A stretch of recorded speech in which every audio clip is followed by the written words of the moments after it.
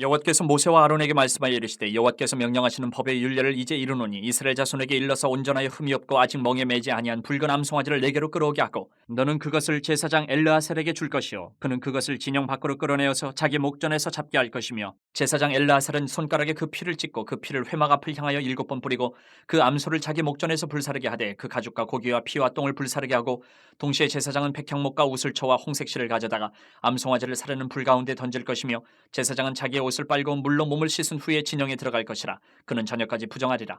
송아지를 불사른 자도 자기의 옷을 물로 빨고 물로 그 몸을 씻을 것이라. 그도 저녁까지 부정하리라. 이에 정결한 자가 암송아지의 죄를 거두어 진영 밖 정한 곳에 둘지니 이것은 이스라엘 자손 회중을 위하여 간직하였다가 부정을 씻는 물을 위해 간직할지니 그것은 속죄제니라. 암송아지의 죄를 거둔 자도 자기의 옷을 빨 것이며 저녁까지 부정하리라. 이는 이스라엘 자손과 그 중에 거류하는 외인에게 영원한 율례니라. 거룩함에는 대가가 있습니다. 오늘 본문의 이 말씀을 보니까 암송아지의 재를 만드는 과정, 그 재는 어디에 사용되는 거냐? 정결한 곳에 진영 밖에 두었다가 이스라엘 회중에 부정을 씻는 물로 물을 만드는 그 재료로 쓰는 것이 암송아지의 재를, 이 암송아지 재를 만드는 과정을 통해서 이스라엘은 깨닫게 되는 겁니다. 죄를 씻는 일이, 씻어내는 일이 쉽지 않구나. 죄값이 가볍지 않다라는 것을 깨달아야 되는 겁니다. 부정을 씻는 이 죄를 만드는 암송아지는 흠이 없고 아직 멍에를 메어본 일이 없고 정결한 송아지여야 해요. 즉 다른 데 한 번도 사용되지 않은 가장 좋은 것이어야 된다라는 말씀입니다. 이렇듯이 거룩함은 희생 없이는 얻어질 수가 없는 겁니다. 오늘 기록을 보면 그 붉은 암송아지, 정결한 암송아지를 제물을 끌고 진영 밖으로 나가서 진영 밖에서 암송아지를 잡았습니다. 성막 안에서 제단 앞에서 잡는 것과는 좀 방법이 달랐습니다. 제물의 죽음을 통해서 백성은 죽음의 형벌을 면하게 됩니다. 이 모습을 보면서 떠오르는 사건은 예루살렘 성 밖에 골고다로 끌려 나가셔서 죽임을 당한 예수님이 생각이 나요. 예수님도 백성의 죄를 사하시기 위해서 자기 피로써 백성을 거룩하게 하려고 성문 밖으로 십자가를 지고 나가셔서 골고다에서 고난을 당하시고 죽으셨습니다. 이렇듯 생명은 생명으로 대체가 됩니다. 속죄하기 위해서는. 예수님은 자신을 버림으로 백성을 얻으셨고 자신을 죽임으로 백성을 살리셨습니다. 제사장은 이 손가락에 그 붉은 암소를 잡은 피를 찍어서 진영 바뀌지만 회막을 향해서 7번 뿌립니다. 피는 죽음을 의미해요. 또 7이라는 숫자는 완전함을 상징을 합니다. 회막은 하나님이 임재하시는 곳이자 백성의 죄를 사하는 제사를 드려지는 공간입니다. 하나님께서는 오늘 이 제의에서 상징적인 물질, 상징적인 공간, 이것들을 통해서 이스라엘 회중이 죄 씻음 받는 속죄라는 것이 무엇인가에 대해서 한 번 더 깊이 생각할 수 있도록 그들 가운데 인도하신 거예요. 이렇게 일시적이지만 효과를 발휘하는 정결 의식을 통해서 앞으로 완전하고 영원한 속죄, 대속을 소망하게 만드신 거예요. 그것을 이루신 분이 누구십니까? 십자가에서 달려 죽으신 예수 그리스도께까지 나가야 되는 거예요. 예수님이 십자가에서 모든 속죄를 완성하셨기 때문에. 하지만 이 암송아지의 피, 이 속죄제를 가지고는 일시적인 거예요. 그때그때 또 계속 이 제사를 드려야 하니까. 그렇다면 이 제물이라는 것은 그 제물 자체가 거룩하지는 않은 겁니다. 암송아지 자체가 거룩하지는 않은 거예요. 이 암송아지가 불살라질 때 제사장들은 또 거기에 더해서 어떤 것을 넣습니까? 그 불에 6절을 보니까 백향목, 우슬초, 홍색실을 그 암송아지를 태우는 불에다가 추가해서 넣어야 돼요. 이 세 가지가 어떤 때 사용되느냐? 구약의 이 율법을 보면 백향목, 우슬초, 홍색실은 나병 환자를 정결하게 할 때 사용되는 도구들이에요. 나병한 자를 정결하게 할 때. 하나님은 이런 상징적인 행위들을 통해서 제물을 정결하게 하셨습니다. 그렇다고 또 백향목, 우슬초, 이 홍색실 자체가 죄를 사하고 정결하게 되는 효력이 있느냐? 그거는 아니에요.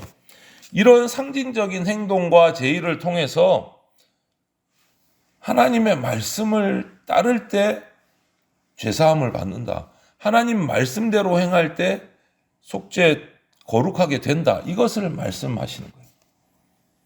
우리들의 죄도 마찬가지입니다. 우리가 회개해서 죄사함 받습니다. 회개 자체가 죄를 사하는 것이 아니에요. 회개를 통해서 하나님께서 죄를 사해 주시겠다고 약속하신 그 말씀을 통해서 죄사함 받는 겁니다. 오늘 이렇게 속죄제를 드립니다. 일반적인 속죄제하고는 약간 달라요. 모습이. 부정을 씻는 물을 만들기 위한 그 과정을 속죄제로 인정을 하신 건데, 제사에 참석한 제사장, 또 송아지를 불사른 사람 모두 저녁까지 부정하다라고 7절 8절에서 말씀하세요.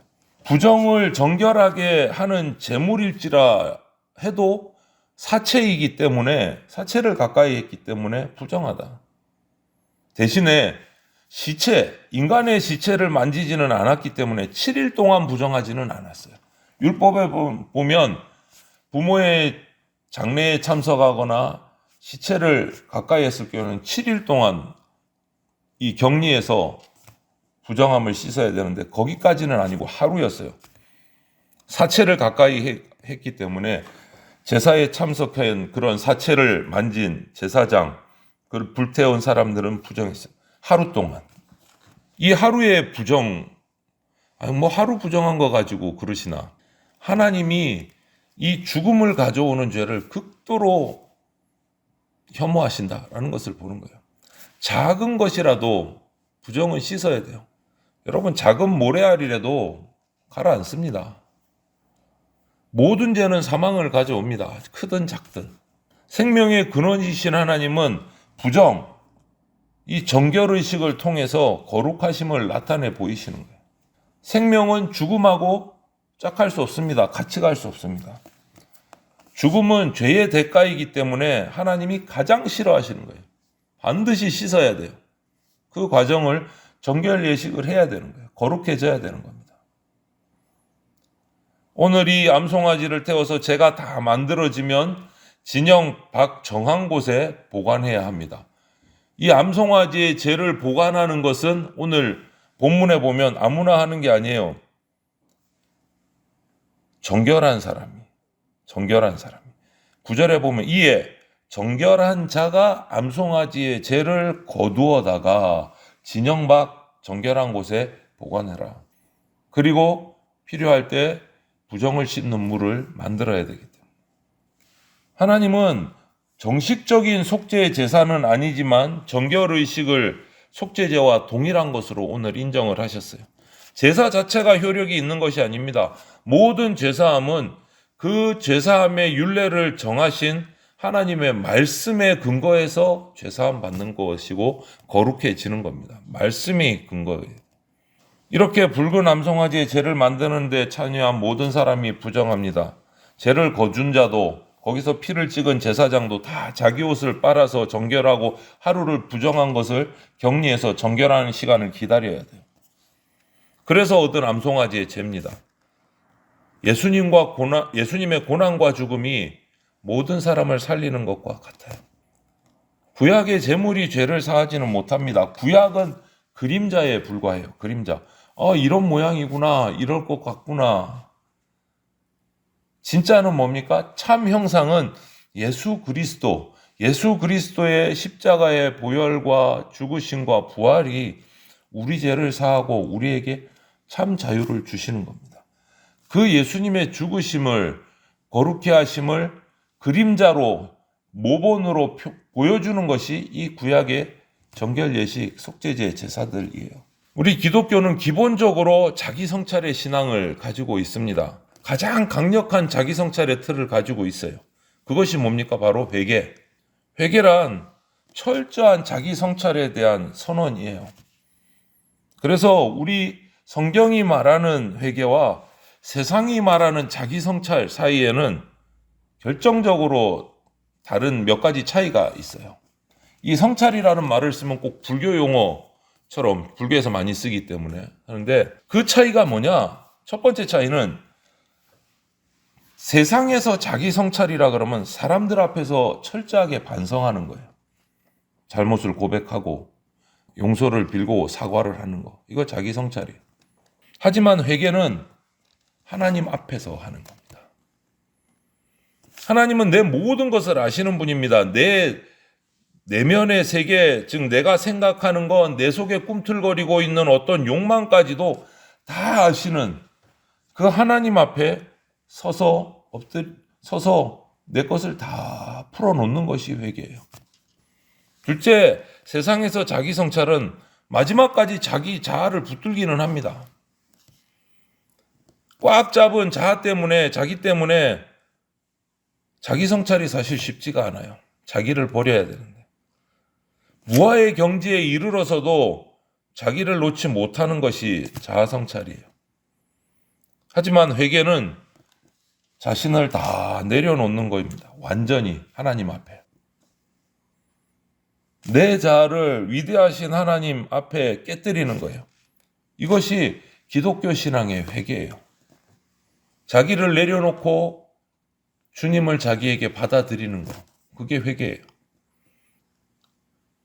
그래서 성경은 옛 자아를 벗어버리고 주님 안에서, 예수 그리스도 안에서 새로 거듭나라, 이렇게 말씀을 하세요. 이것이 회개예요. 그리고 마지막으로 가장 큰 차이는 삶의 변화에 관한 겁니다. 하나님 앞에 이런 방식으로 철저하게 회개하고 용서를 받으면 세상에서 누릴 수 없는 평안, 기쁨을 누리게 됩니다. 주님 안에서 온전한 자유자로 거듭나는 거예요.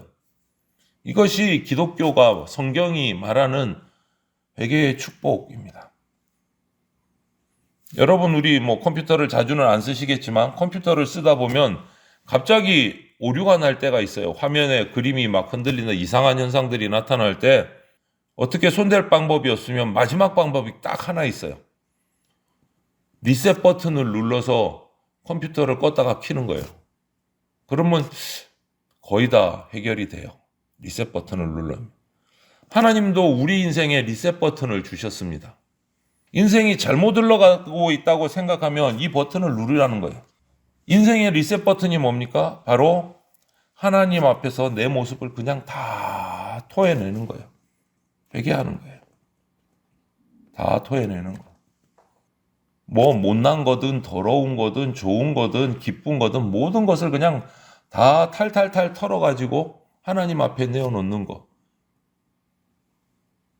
그러면 하나님께서 우리를 완전히 새롭게 재정리하셔서 거듭나게 하신다. 새로운 인생을 살게 해주신다는 거예요. 여러분, 예수 그리스도의 피가 다른 거 없습니다. 예수 그리스도의 피, 보혈의 피가 저와 여러분의 모든 죄를 깨끗게 하십니다. 그것을 믿고 오늘 하루도 살아가시면서 코람데오, 하나님 앞에서 살아가시는, 주님과 동행하는 그러한 삶을 살아가시는 복된 성도들이 다 되시기를 주님의 이름으로 축원을 드립니다. 아멘.